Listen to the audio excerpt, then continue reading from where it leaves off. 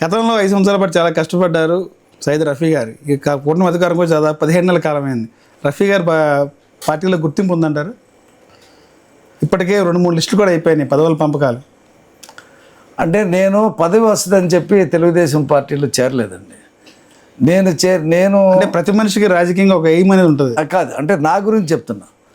నాకు 2019లో వైసీపీలో రమ్మన్నారు, నాకు ఎమ్మెల్సీ కూడా ఇస్తామన్నారు. నేను వైసీపీకి వెళ్ళా. నేను మొదటి నుండి ఒక కార్మిక ఉద్యమాల్లో సోషలిస్టు భావజాలంతో నిబద్ధత కలిగినటువంటి వ్యక్తిగా, ఒక వ్యాసకర్తగా, వక్తగా, ఎనలిస్ట్గా నేను ఉన్నాను. అయితే అలాంటి పార్టీలో వెళ్ళి అలాంటి నాయకుడి గురించి మాట్లాడితే నా కెరియర్ మొత్తం, నేను 1980లోనే నేను రాజమండ్రి సెంట్రల్ జైల్లో 1 మంత్ ప్రిజనర్గా ఉన్నా. నేను 80లో పింగళి దశదాంతో కలిసి నేను ఎన్కౌంటర్ పత్రిక ప్రారంభించాను. నాకు ఆ బ్రాటప్ ఉంది. నాకు చంద్రబాబు నాయుడు గారి ప్రభుత్వం చూసిన తర్వాత జగన్మోహన్ రెడ్డి ప్రభుత్వంలో జరుగుతున్నటువంటి అరాచకం, అవినీతిని చూసి తిరిగి చంద్రబాబు నాయుడు గారు ముఖ్యమంత్రి కావాలా, ఈ రాష్ట్రం ఒక మంచి రాష్ట్రంగా అభివృద్ధి చెందాలి అనేటువంటి ఉద్దేశంతో ఆ రోజున 23 సీట్లు, ఎవరూ బయటికి రాని పరిస్థితిలో, ఎవరూ మాట్లాడలేని పరిస్థితిలో నేను 19 నుంచి మొన్న 24 దాకా నేను నా స్థాయిలో నేను ఎంతవరకు పోట్లాడాలో అంతవరకు పోట్లాడాను. ఆ రోజు నాకు తెలుగుదేశం ఖచ్చితంగా అధికారంలోకి వస్తుంది, 164 సీట్లు వస్తే బీజేపీ జనసేన కలుస్తుంది అని చెప్పి నేనే ఊహించలా. నేను ఒక చంద్రబాబు నాయుడు గారు ముఖ్యమంత్రిగా ఈ రాష్ట్రానికి ఒక విజనరీ. ఆయన గతంలో ఉమ్మడి రాష్ట్రంలో ఆయన చేసి చూపించాడు, ఇక్కడ కూడా చేసి చూపిస్తామంటే ఆయనకి ఒక అవకాశం దొరకలేదు. కంటిన్యూ అయి ఉంటే 19లో కంటిన్యూ అయి ఉంటే రాష్ట్ర పరిస్థితులు, రాజధాని ఎలా ఉండేదో, ఆ గుర్తింపు ఎలా ఉండేదో నేను ఊహించాను. తిరిగి ఆయన రావాలని ఒక సైనికుడిగా నేను కష్టించి పనిచేశాను. ఇప్పుడు కూడా పనిచేస్తున్నాను. నాకు పదవి ఇస్తే తీసుకుంటాను, ఇవ్వకపోతే అధికార ప్రతినిధిగానే ప్రజల పక్షాన నా గొంతుగా వినిపిస్తాను. సార్, ఫైనల్గా చెప్పండి, మనది ఏదైతే ఢిల్లీలో జరిగినటువంటి బాంబ్ బ్లాస్ట్ గురించి ఎలా స్పందిస్తారు? ఏమంటే, ఈ దేశం స్వాతంత్రం రావటానికి ఈ దేశంలో వేలాది మంది ముస్లింలు ప్రాణత్యాగం చేశారు, ఉరికంబాలు ఎక్కారు. మీరు కావాలంటే ఢిల్లీ ఎర్రకోట దగ్గర కానీ లేకపోతే ఇండియా గేట్ దగ్గర కానీ మీరు పేరు చూడండి, ఎంతమంది ఉరికంబాలు ఎక్కారు. ఈ దేశ స్వాతంత్రంలో బ్రిటిష్ వాళ్ళతో టిప్పు సుల్తాన్ దగ్గర నుంచి సామాన్య ముస్లిం వరకు ఎదురెడ్డి పోరాడాడు. ఈ దేశ స్వాతంత్రంలో ముస్లింలకి భాగస్వామ్యం ఉంది. కానీ ఇవాళ కొంతమంది ఉన్మాదులు, అది వేరే దేశాల ప్రేరేపితమైన కానివ్వండి, లేకపోతే ఇక్కడ ఉండేటువంటి కొన్ని మత సంస్థలు మీద వాళ్ళ ప్రతీకారం తీర్చుకోవాలని కానివ్వండి, ఒక పిచ్చి ఆలోచన, ఒక అవివేకమైనటువంటి ఆలోచనతో ఢిల్లీలో చేసినటువంటి ఆ పేలుడు ఏదైతే ఉన్నదో దాని వెనక ఎవరున్నారు, ఏ దేశం ఉన్నది, ఏ దేశం భారతదేశంలో ఈ అస్థిరత్వాన్ని సృష్టించాలని చెప్పి అనుకుంటుంది, అవన్నీ కూడా నిగ్గు తేల్చాలి. కానీ డాక్టర్లు అయి ఉండి ఇంకిత జ్ఞానం కోల్పోయి ఈ రకమైనటువంటి పేద ప్రజల్ని పొట్టన పెట్టుకోవటం, ఆస్తులు పొట్టన పెట్టుకోవటం చూస్తే ఒక ముస్లింగా నేనే సిగ్గుపడుతున్నా, మదన పడుతున్నా. మొన్న జరిగిన సంఘటనలో ఏ భారతీయుడు మేమందరం ఏమనుకుంటామంటే, ముందు నేను భారతీయుడిని తర్వాతే ముస్లిం, ముందు నేను ముస్లింని తర్వాత భారతీయుడని ఈ దేశంలో ఏ ముస్లిం అనుకోడు. మేము ముందు భారతీయులం, తర్వాతే ముస్లింలు, తర్వాతే మా భాష, మా ఇది. ఈ దేశ అభ్యున్నతి కోసం మేము కష్టపడుతున్నాం. ఈ దేశానికి ఉన్నటువంటి పేరు ప్రతిష్టలే అనేక రంగాల్లో.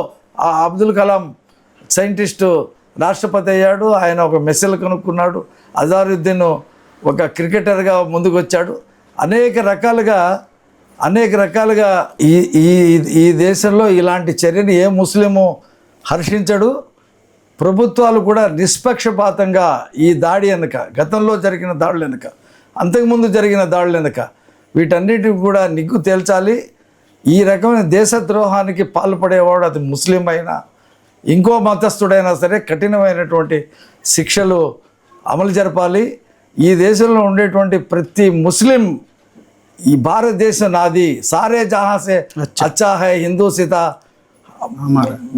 హమారా హై అనేటువంటి ఏదైతే పాట ఉన్నదో, ఏదైతే ఆ రోజు ఇక్బాల్ పాడాడో అదే దానికి కట్టుబడి ప్రతి ముస్లిం ఉన్నాడు, ఉంటాడు.